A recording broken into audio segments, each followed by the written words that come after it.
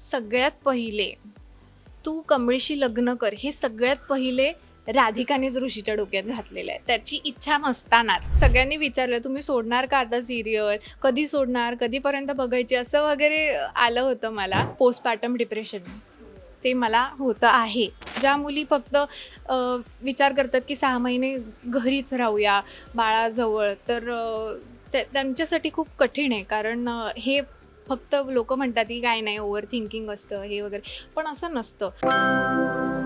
Hello नमस्कार friends, मी मज्जाची नीलम कमळी या मालिकेच्या सेटवर आली आणि सई माझ्यासोबत आहे. सई कशी आहे? हॅलो, मी मस्त मज्जेत. खरं त्याची खूप धावपळ सुरू आहे, म्हणजे इथे कट म्हटल्यानंतर तिची पळापळ असते.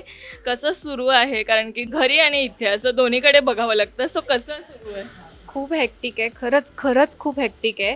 कारण ह्या प्रोडक्शन हाऊसचं मी खूप कौतुक करेन. कारण ते मला लिटरली, मी येते ना, ते माझे पटापट मास्टर घेतात. जेवढे क्लोज आहेत तेवढे फटाफट फटाफट घेतात. बाकीच्या सगळ्या आर्टिस्टना पण मी खूप थँक्यू बोलेन, कारण त्यांचं पण काहीच बिचाऱ्यांचं म्हणणं नसतं की बाबा तू कर आणि तू आधी घरी जा. आणि ते म्हणजे इलाताई, आशाताई, सारिकाताई सगळ्या, नाही नाही नाही, हिचं आवरा आधी, हिचं होऊ दे सगळं. आणि मी बसायला पण वेळ नसतो, तर मी पटपट पटपट आवरते, घरी जाते. आणि मग घरी गेल्यावर तर काय, न्यू मॉम्सचं जर्नी माहितीच आहे सगळ्यांना. येस, पण आत्ता ही जर्नी किती बदलली. म्हणजे एक असतं ना की घरी गेल्यावर थोडा आराम वगैरे असतो, पण आत्ता तर संगोपन करायचं असतं. ही जर्नीबद्दल काय सांगशील की न्यू मॉम हे कसं आता सध्या सुरू आहे? खरं तर मी इथे आत्ता माझं लवकर पॅकअप झालं. एक्सपेक्ट होतं की 1 वाजेपर्यंत मी थांबते मोस्टली, पण आज माझं झालं लवकर. तर माझं असं झालं, एक बसून बरेच दिवस झाले छान कॉफी नाही घेतली. दादांना म्हटलं, प्लीज थोडीशी कॉफी द्या मला, थोडा वेळ आहे माझ्याकडे. मी 5 मिनटात शांत बसून कॉफी, मी शेवटचे कधी प्यालेले मला आठवतच नाही. कारण इथे आल्यावर मला कॉफी प्यायला पण वेळ नसतो, घरी तर नसतोच. घरी गेल्यावर पण आधी मग ती रडतच असते, मग तिला म्हणजे भूक लागलेली असते, मग तिला दूध द्या, मग ती झोपली की मग बाकीचं सगळं आवरा, घरची कामं तर असतातच. रात्रभर तिला फीडिंग करावं लागतं, मध्ये मध्ये 2-2 तासांनी तिला फीडिंग लागतं, तर झोप पण झालेली नसते. सो न्यू मॉम्स आणि प्लस पोस्टपार्टम डिप्रेशन ते मला होतं आहे. सो मी एक्सेप्ट करते, पण त्याच्यातून पण मी अशी उभारून आलेली आहे आता बाहेर. येस, पण जेव्हा हे सगळं होतं ना, म्हणजे यातनं खूप जणे जातात. सो काय सांगशील त्यांना की कशा पद्धतीने यातनं बाहेर आलं पाहिजे? तू काय केलंयस की आता जसं तू म्हणतेस की यातनं मी आता बाहेर येते किंवा आली आहे, कशा पद्धतीने आली? ॲक्च्युली बाहेर मी या सिरियलमुळेच आले, कारण मी जेवढ्या वेळ इथे असते तेव्हा मी कंप्लीट त्या सिच्युएशनमधनं बाहेर येते. त्याच्यामुळे ही गोष्ट मला हेल्प झाली. पण खरंच ज्या ज्या मुली फक्त विचार करतात की 6 महिने घरीच राहूया बाळाजवळ, तर त्यांच्यासाठी खूप कठीण आहे. कारण हे फक्त लोक म्हणतात की काय नाही, ओव्हर थिंकिंग असतं हे वगैरे, पण असं नसतं. कारण जसं तुम्ही बाळाला दूध देता त्याच्यामुळे तुमच्या शरीरातले हार्मोन्स खूप चेंज होत असतात. प्रोलॅक्टिन नावाचा हार्मोन असतो, जो स्ट्रेसला कारणीभूत असतो. आणि दूध येण्यासाठी हा हार्मोन खूप गरजेचा आहे. त्याच्यामुळे तुमचा स्ट्रेस वाढतोच. सो त्याला तुम्ही काहीच नाही करू शकत. ओव्हर थिंकिंग ही गोष्टच नाही आहे. तुम्हाला थिंक करायलाच वेळ नाही आहे, पहिली गोष्ट तर त्याच्यामुळे ते होणारच आहे. आणि हे खरंच खूप कठीण आहे. फक्त मी एवढंच सांगेन सगळ्या न्यू मॉम्सना की ही एक फेज आहे. कारण तुमचं जे लाईफ आहे ते 360 डिग्री चेंज झालेलं आहे. अचानक 9 महिने खूप लाड होत असतात, छान आरामात आयुष्य चाललेलं असतं. बाबा तू हवं तेवढं झोप, हवं तेवढं खा, छान लाड करतात सगळे. आणि अचानकमध्ये एवढं फास्ट फास्ट फास्ट सगळं होतं. 2-2 तासांनी फीडिंग करायचं आहे, शी केली, सू केली. आणि तुमचं पण हेल्थ असते. माझं तर सी सेक्शन झालेलं, त्याच्यामुळे सी सेक्शनमध्ये स्वतःच्या हिलिंगसाठी तर वेळ नाहीच मिळत. तर ते एक आपल्याला म्हणजे अंग दुखत असतं, काय कुठे कुठे काय काय काय काय होत असतं, थकलेलो असतो आपण, त्याच्यामुळे तिकडे वेळ नाही मिळत आपल्याला. सो ते एक वेगळं डिप्रेशन असतं. सो मी असं म्हणेन की ही एक फेज आहे. आपल्याला सवय नसते ह्या गोष्टीची की अचानक एवढं फास्ट लाईफ झालेलं आहे. सो सगळ्या हळूहळू गोष्टी जेव्हा सेटल होतील, सगळ्या नवीन नवीन अचानक भरपूर गोष्टी येतात घरी, 10 गोष्टी येतात, ते ठेवायला जागा नसते, घरी आजूबाजूला पसारा असतो, त्याचं एक वेगळं डिप्रेशन येतं. सो ते हळूहळू गोष्टी जागी लागतात, आपापल्या मार्गी लागतात आणि सगळं हळूहळू बाळ पण सेटल होतं आणि एक रुटीन तुमचं सेट होतं. त्याच्यानंतर तुम्हाला हळूहळू बरं वाटायला लागेल. पण ही फेज आहे. सो प्लीज जेवढं पण तुम्हाला दुसऱ्यांची हेल्प घेता येईल, हेल्प ॲक्सेप्ट करा, हे मी बोलेन. कारण मोस्टली मोम्सचं कसं असतं, मलाच करायचं, सगळं मलाच करायचं, असं नका करू. हेल्प ॲक्सेप्ट करा आणि थोडा वेळ जाऊ द्या, तुम्हाला नक्की बरं वाटेल, असं बोलेन मी. खरं तर हॅट्स ऑफ आहे, म्हणजे इतकं सगळं होतंच आणि तरीही मालिकेत पुन्हा एकदा कमबॅक करणं एका गॅप नंतर.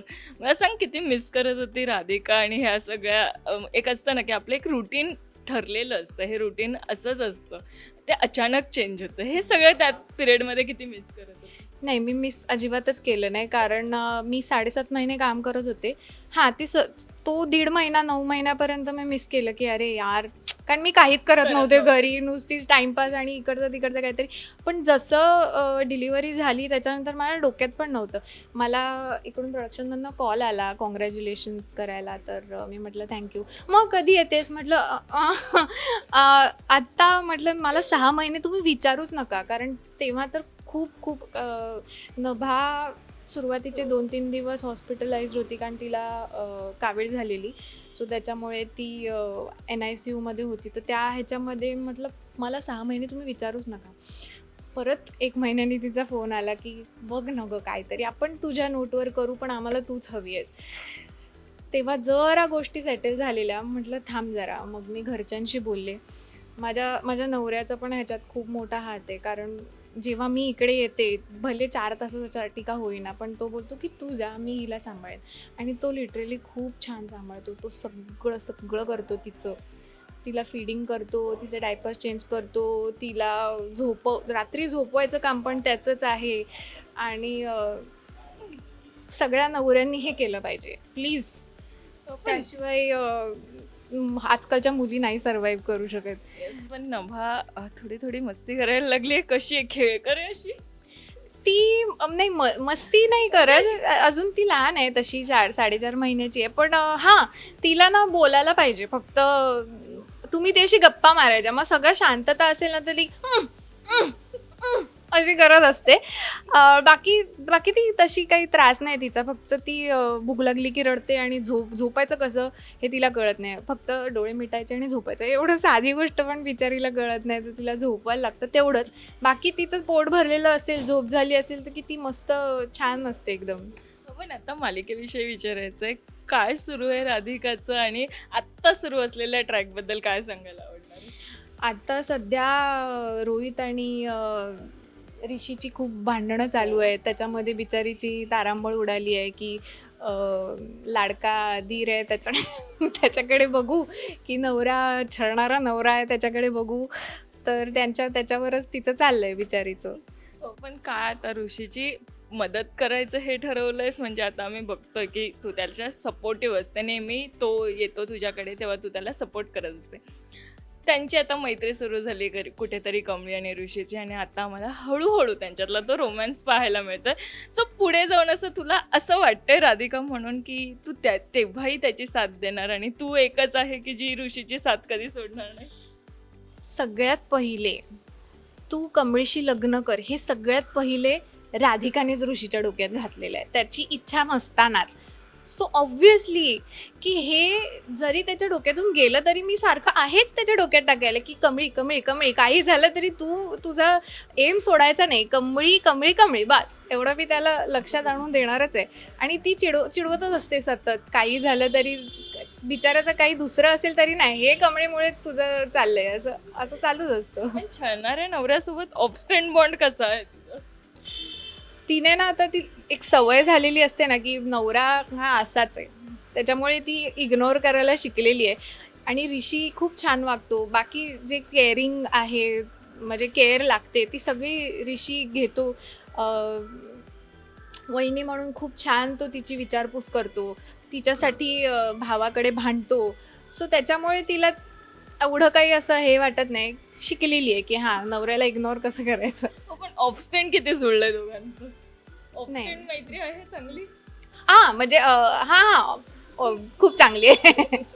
आम्ही खूप मस्त, कारण तो पण आता न्यू डॅड आहे, तो ते एक आम्ही एका सेम रूटवर आहोत आणि त्याच्यामुळे आमचं चालू असतं, मग हे केलं का, मग आता पलटी मारली का, मग आता बोलायला लागला का, किंवा हे केलं का, काय रिस्पॉन्स आहे वगैरे, हे आमचं चालू असतं मस्तपैकी. येस, खरं तर आता जेव्हा नभा हळूहळू मोठी होईल तेव्हा तिलाही पाहायला खूप आवडणार आहे, कारण सगळेच जण आतुरतेने असे उत्सुक आहेत की काय नेमकं आता नभा दिसायला कशी आहे हे बघण्यासाठी. खरं तर काय सांगशील, कोणासारखी दिसते आतापर्यंत खूप- आलेल्या कॉम्प्लिमेंट्स? खूप मिक्स आहेत, कारण खूप लोक असं बोलतात नाही तुझ्यासारखीच आहे, आणि इथे सेटवर तर सगळे बोलतात नाही प्रशांतसारखी आहे म्हणून.